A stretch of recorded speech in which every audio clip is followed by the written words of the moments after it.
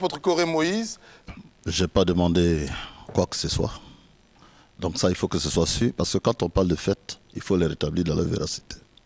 Je n'ai rien demandé à qui que ce soit. J'ai voulu que la vérité soit rétablie. Ah, c'est un point. Maintenant, le débat que soulève le monsieur de la Sorbonne, je pense que ce n'est pas le lieu. Et ce n'est pas de ça qu'on parle ici. S'il veut qu'on soulève ce débat, Église catholique, Église protestante, qui est la vraie Église, c'est dans un autre débat. Ici, on parle des conséquences de l'affaire Béanzin sur l'Église. Restons dans un cadre bien défini. Il ne faut pas venir pour faire de l'exhibition ici et faire des digressions. Parlons des choses sérieuses. On parle de l'Église qui a été attaquée par ses serviteurs. Restons dans ce cadre bien précis. Parce qu'on va aller tout de suite dans tous les sens, parce qu'on peut lui répondre. On peut lui répondre. Et on peut lui répondre correctement. Mais ce n'est pas de ça qu'on parle aujourd'hui. Donc parlons du sujet qui est aujourd'hui d'actualité. Merci. Alors Jean-Marie Domoro, vous avez une chair. Vous avez une chair, pour ne pas dire vous êtes dans la chair. Donc, vous ne pas dire vous êtes dans la chair. Donc, vous êtes en mesure de commettre, enfin, vous pourriez commettre des œuvres de la chair. C'est ce qu'il a dit, hein. Donc, il faut certainement réagir à ce sujet. Bon, en effet, bon, il parle de chair, mais là, je veux joindre mon frère, l'apôtre Corée Moïse, pour dire qu'il faudrait qu'on reste dans le sujet. Voilà, parce que effectivement, nous pouvons, si c'est la Bible, si c'est la parole de Dieu, ou bien si c'est d'autres sujets, nous pouvons débattre. On peut aller plus loin. Mais là, nous parlons de l'affaire Béanzin. Bon, je veux d'abord expliquer rapidement sur le problème de ce que le prophète Samuel vient de dire. Pourquoi est-ce qu'on ne va pas plus loin? Pourquoi est-ce qu'on ne va pas jusqu'à déterrer les bébés? Je pense que depuis le procès, c'est parce que vous n'avez pas été au procès. Le débat était clos. Parce qu'au procès, Béanzin disait que ce n'était plus des bébés qu'on enterrait. Qui étaient enterrés, c'était plutôt des cheveux d'avorton. Bon, je ne sais pas si des avortons des cheveux. Il dit que ce ne sont plus des corps de bébés, mais que ce sont des cheveux et des ongles d'avorton qu'on ne pourrait plus déterrer. Béanzin a menti sur toute la ligne. Il a menti sur sa date de naissance. Il a menti sur son entrée en Côte d'Ivoire. Il a menti sur son nom. Il a même menti 2 fois sur son nom. Bon, il a menti et pour finir, il dit qu'il ne connaît personne de ceux qui sont accusés, que ce serait une certaine Alice Koné. On lui demande mais où elle est? Il dit qu'elle est morte. Elle est morte sous la neige en Inde. Bon. Voilà. Il n'y a pas de neige en Inde. Voilà. Donc déjà, le problème Béanzin, je pense que ça ne vaut plus la peine de chercher à déterrer. Je pense que le vrai problème, il a été un peu, peut-être pas bien dit, mais un peu soulevé par le frère de la Sorbonne. Il y a un problème au niveau de l'Église en Côte d'Ivoire qu'il faut résoudre. Il y a un problème de maturité. Il y a déjà, je pense que l'affaire Béanzin a révélé l'état des cœurs au niveau des églises, a révélé l'état spirituel de l'Église. Et il faut que l'Église grandisse, il faut que l'Église parvienne à une certaine maturité. Il y a déjà des rancœurs, il y a déjà je pense que l'affaire Béanzin était une occasion de faire des règlements de comptes au niveau de l'Église. Et j'appelle à la repentance. Sans plus attendre, nous allons prendre quelques sentiments de serviteurs de Dieu que nous avons rencontrés ça et là. Et également, ensuite, quelques sentiments du grand public qui nécessairement a voix au chapitre en ce qui concerne cette affaire. Il faut que les hommes de Dieu ou les hommes d'État comprennent une fois pour de bon que quand une personnalité est élevée dans la vie, il y a toujours une histoire qu'on peut raconter sur votre dos. Et la grandeur se gère. Et je pense que cela fait partie de la position de grandeur qu'ils sont et qu'ils doivent s'habituer à cette façon de vivre désormais pour dire que n'importe qui peut se lever et parler sur vous, mais ce n'est pas ce qui doit vous émouvoir parce que tout simplement, derrière une grande personne, il y a toujours des histoires qu'on peut raconter. Dieu ne m'a pas parlé personnellement, mais je dis de par mon sentiment personnel, je vois que c'est une machination, c'est un montage qui a été fait. C'est ce que je pense, que c'est un montage. Mais en même temps, de l'autre côté, je voudrais dire à tous ceux qui ont été mis en cause, s'il s'avérait que, malgré tout le mensonge qu'il dit, qu'il y avait une part de vérité, que celui qui se reconnaît se remette en cause véritablement.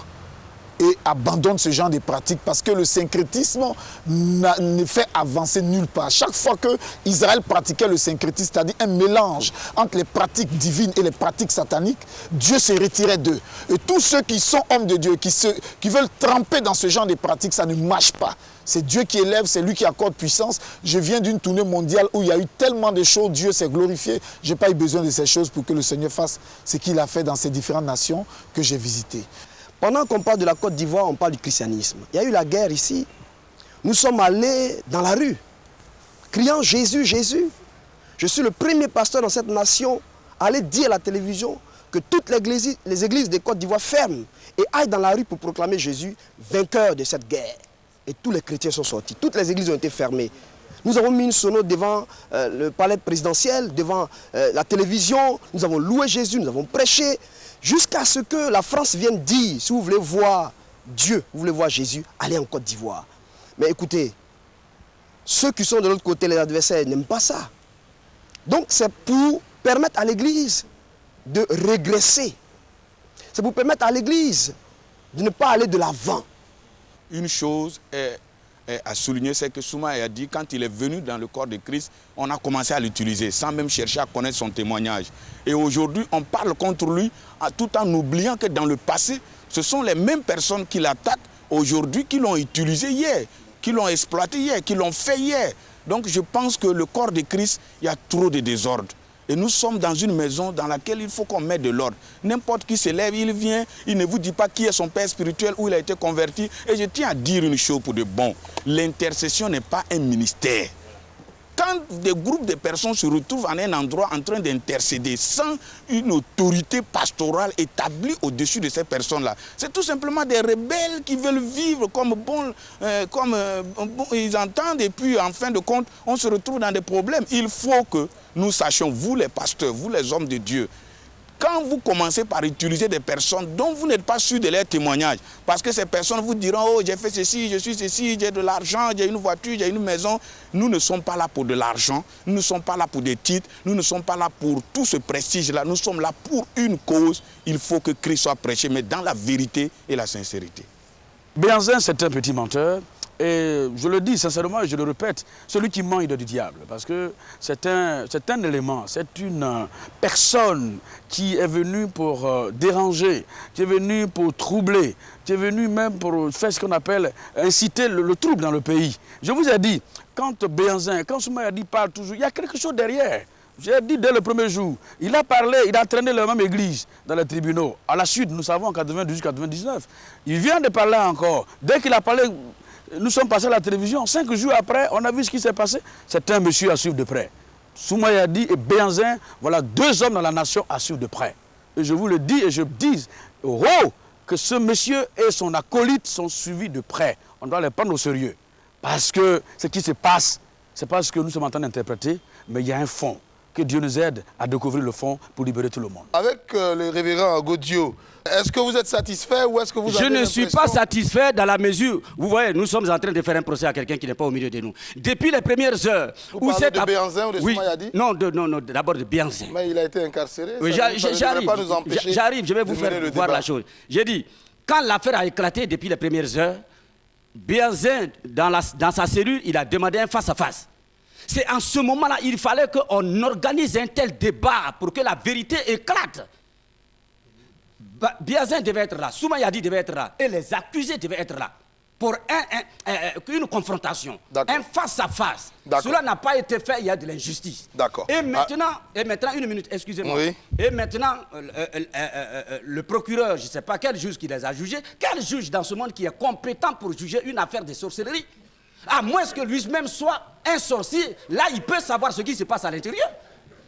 Mais un juge qui n'est pas sorcier, comment il peut siéger pour rendre un verdict? C'est un faux verdict. Alors soit dit en passant, ce n'est pas la première affaire de sorcellerie qui est jugée dans nos tribunaux. C'est régulièrement partout. Moi j'ai lu dans les faits divers, régulièrement des affaires de sorcellerie jugées avec des verdicts. Je pense que vous avez déjà vu ça. Non, patientez, on va donner la parole à 2-3 personnes et puis revenir sur le plateau principal. Enfin, les religieux, tous ceux qui ont été accusés, ils ont livré le bonhomme. Or, Jésus et même les apôtres, dans l'église du Dieu vivant, tous ceux qui ont été accusés, soit à raison ou à tort, ils n'ont jamais entraîné ces personnes-là au tribunal. Quelle est cette nouvelle génération de prédicateurs qui n'acceptent pas d'être ridiculisés? Vous voyez? Maintenant, ils me diront que non, ce n'est pas eux qui l'ont livré. Mais quelles sont les démarches qu'ils ont faites pour réclamer la liberté de cet homme? Ok, merci. On va prendre le sentiment de révérend Adonis. En tant que serviteur de Dieu, il faut d'abord se respecter. Parce qu'on ne se lève pas comme ça pour devenir serviteur de Dieu. La Bible déclare que, avant même que tu ne sois dans le ventre de ta maman, Dieu t'avait déjà choisi. Et avant que tu ne sortes, Dieu t'avait déjà établi. Établir une personne, c'est confirmer le choix qu'on a fait. Alors on ne se lève pas un peu matin pour dire qu'on est serviteur de Dieu. Comprenons aussi qu'en Côte d'Ivoire, il y a les appelés de Dieu. Et il y a aussi les bipés de Dieu. C'est ceux-là qui font bruit autour. Ça veut dire quoi, bipé? Bipé de Dieu, quelqu'un qui est parti à l'école, tu sais qu'il n'a pas d'avenir. Le truc avec le téléphone là? Oui, tu n'as pas d'avenir. Il se met dans le camp des hommes de Dieu. Et c'est telle personne, on voit son langage. Une personne, tu viens attaquer des oins de Dieu. Donc vous voulez dire que vous n'êtes pas du même camp que Souma Yadi? Je ne suis pas du même camp. Il faut dire que Souma Yadi, et cette affaire Béhanzin, est venu d'abord pour accomplir une prophétie de l'Éternel dans le ministère pastoral. Comme Judas est venu accomplir une prophétie. Voici des Judas, tu viens rendre les hommes de Dieu célèbres. Je peux dire que les hommes de Dieu ici sont célèbres. D'accord. Sont célèbres. Je sens que vous aurez aimé avoir été cité dans cette... non, mais si on m'avait cité, c'était vraiment bien. Ouais. Parce que j'allais amener ces personnes-là, ils allaient d'abord connaître où je prie. Ils allaient aussi savoir aussi si je suis appelé de Dieu ou pas. D'accord. Alors on va prendre le sentiment du bishop Kojo Rosemond. Est-ce que vous qui estimez que l'Église a été vilipendée à tort, est-ce que vous estimez qu'il n'est pas bon aussi de faire preuve de compassion? Mais la Bible nous dit qu'un scandale peut arriver, mais malheur par lequel le scandale arrivera. Nous croyons que nous sommes dans un pays qui est régi par la loi, un pays qui est organisé, qui est structuré. Donc si quelqu'un se lève hautement pour attaquer le oint de Dieu, parce que nous croyons que quand même, nous disons, la Bible nous dit que Dieu, il y a le trône de la grâce et puis il y a le trône du jugement. Le jugement appartient à l'Éternel. Mais des individus qui se lèvent et qui attaquent des oints de Dieu, nous disons que c'est tout à fait normal qu'ils tombent dans la main de la justice parce qu'ils ont sémé le désordre. Ils ont sémé le trouble dans la nation. Et je vais aussi ajouter que la Bible nous avertit de ces choses-là dans 2 Thessaloniciens 2, verset 3, que personne ne nous séduise parce que l'apostasie arrivera et l'impie s'élèvera, le fils de la perdition. Il va se lever, il va même entrer dans la maison de Dieu, il va même se proclamer Dieu. Et cet impie va se manifester par des prodiges, par des paroles mensongères. Et ceux-là qui n'aiment pas la vérité, qui n'aiment pas Dieu, vont être entraînés par ces mensonges. Je crois qu'aujourd'hui, à partir de cette action qui se passe, Dieu est en train de révéler les cœurs des Ivoiriens. Parce que les Ivoiriens ne veulent pas vraiment s'attacher au Seigneur. Les Ivoiriens ne veulent pas être reconnaissants et aimer Dieu. Parce qu'on a senti que les gens cherchaient cette occasion pour vider les églises, pour abandonner la main de Dieu, pour ne même pas manifester la reconnaissance. Aujourd'hui, nous parlons de la réconciliation, nous parlons de la paix, nous parlons vraiment de l'unité. C'est le moment où il faut rendre grâce à Dieu. Moi, je crois que c'est le moment où il faut remercier le Seigneur. Ce n'est pas le moment où il faut asseoir l'Église et puis condamner l'Église. Je crois que quelque part, cette histoire montre un peu les cœurs. C'est-à-dire que les Ivoiriens ne veulent pas s'attacher au Seigneur. Il faut que chaque Ivoirien se ressaisisse. Chaque Ivoirien se répand de ce que quelque part il a aimé ça, parce que les gens cherchent des prétextes pour fuir la parole de Dieu. Les gens cherchent des prétextes pour ne pas se convertir, ne pas changer de vie. Les gens veulent retourner au fétiche, ils veulent être dans des histoires, ils veulent mener une vie de désordre, ils veulent encore aller chez les mystiques. Et comme ils cherchent des points de sortie, ils cherchent des situations qui peuvent les mettre